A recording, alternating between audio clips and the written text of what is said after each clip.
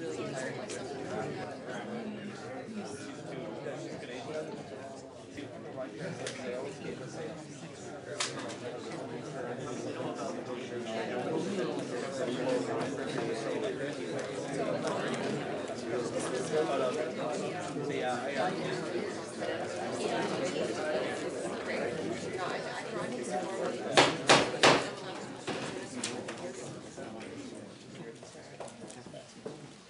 Call this meeting to order. I'd ask that any member of council has a conflict of interest to declare it. Seeing none, I have a little preamble. As you're aware, at the January 23rd meeting, a motion to hold a special meeting on January 30th to review the options of the Grand Bend Sewage Board was approved. A report was prepared for discussion at the meeting that provided the information that council had requested on the cost of the project and the various financing options of the Grand Bend sewage treatment plant. Rather than review the report, a motion was put forth to reconsider the December 2011 resolution to proceed with the building of a full-build double-train Orville sewage plant. Very unexpected, and especially in light of the fact that we had spent 6 years working with our neighboring municipalities on this project and had approved EA and the funding for the project. At that meeting, there wasn't an opportunity to discuss the motion or an opportunity to fully discuss the report. The decision of council was provided to the Tri-Municipal Board on Tuesday, January 31st, and after considering the impacts of the decision in a recorded vote, the joint board unanimously consented to the extension of the opting out period until such time as Lambton Shores makes a final determination on their support for the full build single train option. And that Lambton Shores was to request an extension to the deadline for the tender from the low bidder and to confirm if the $16 million in funding was still available for the project. That takes us to today's meeting, and what I'm hoping for today is that we can have a discussion of council on the report and on the findings. I'm not asking that we have a motion to change anything. I'm asking that we have a full discussion. The gallery was full of people on the other day, and we didn't, they came to hear what we were talking about and hear some numbers.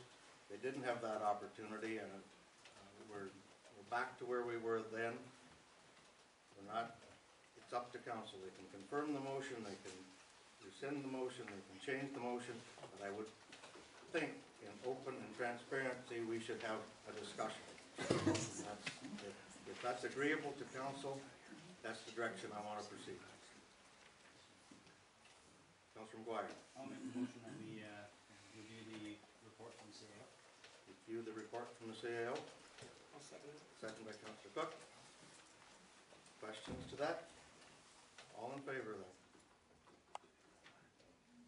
Opposed? It's carried. So we'll continue on with the meeting. Minutes from the previous meeting, from our meeting on January 30th. Councillor Russell? Accept the minutes. Second by Councillor McGuire. Any questions on the minutes? Councillor Ullman. There was some direction for the CAO from the Tri-Municipal Board to make some contacts. So I just wanted to know what the updates around those contacts were. That will be part of the report. Part of the draft minutes from the other report. Okay. Okay. So this is our minutes of our Monday meeting. Oh, I'm jumping the gun. Yes, you were one minute ahead. All in favor of the minutes of the Monday meeting? That's carried. Thank you. The 3.1 is the draft minutes of the Grand Bend Sewage Treatment Board meeting. These minutes are draft. The board has met. These have been circulated to the CAOs, but they have not been approved by the board. But Councillor Ullman? I just had, my questions then are on, let me see, page 7, I guess. just before item number 7, correspondence, where the board requested that the board secretary obtain a legal ability, or a legal opinion on the ability of the board to extend its mandate, and also just regarding the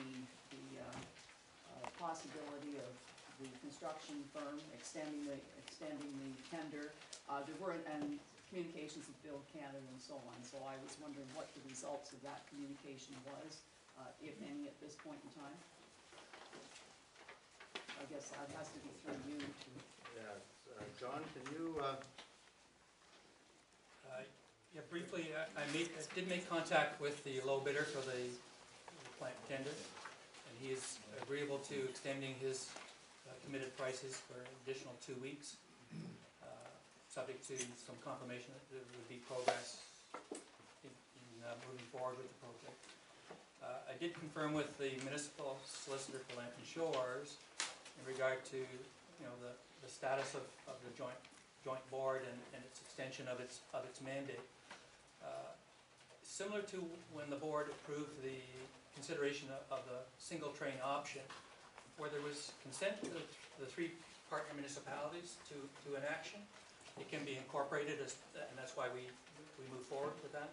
So similarly, if the 3 councils are in agreement with extending the mandate of the joint board beyond what its defined period of the opting out periods, it can do that. And so this council would have to, the other municipalities indicated they were favorable.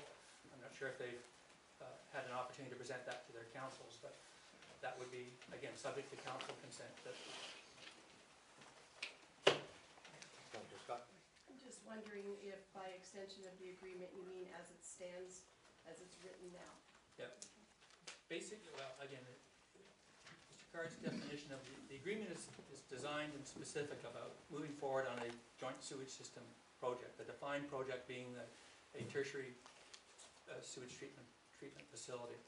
And it portioned out how that would unfold, and it gave the clauses near the end of the agreement talked about a declaration of opting in and opting out, and gave the time period thresholds that by December 31st, those who wished to opt out of the project had to make their declaration, which both Blue Water and South Huron did. They were opting out of the full bill double train option.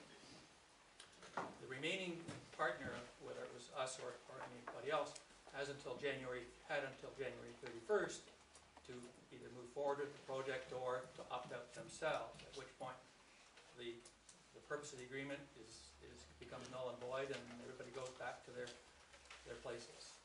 So there was a desire from the representatives of our members who were there, from the joint board, to extend the mandate to explore other options for reducing the cost and so on and so forth, and considering the full bill single train option, subject to confirming the contractor will extend his contract and the Build Canada funding and GMF funding is still in place. Well, I notified the Build Canada and Green Municipal Fund people following Monday's meeting that the project seemed to have come to an end, and then reaffirmed for them that it was back under further consideration. So nothing has transpired officially with respect to the grants. They're still available for the specified project for which the grant was awarded.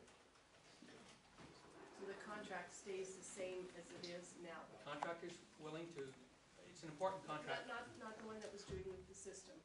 The actual written agreement is still standing as a... The agreement stands as it is now. What the joint board, when they met on Tuesday, indicated they're willing to extend the contract if the 3 parties wish to move forward on it.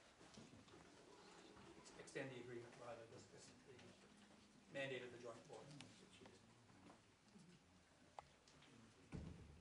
Okay, Councilor Owen? And the CAO just spoke regarding the Build Canada and Green Municipal Fund. I think that the direction was to confirm that Build Canada and Green Municipal Fund grants and loans are still available to the project as indicated, whether it be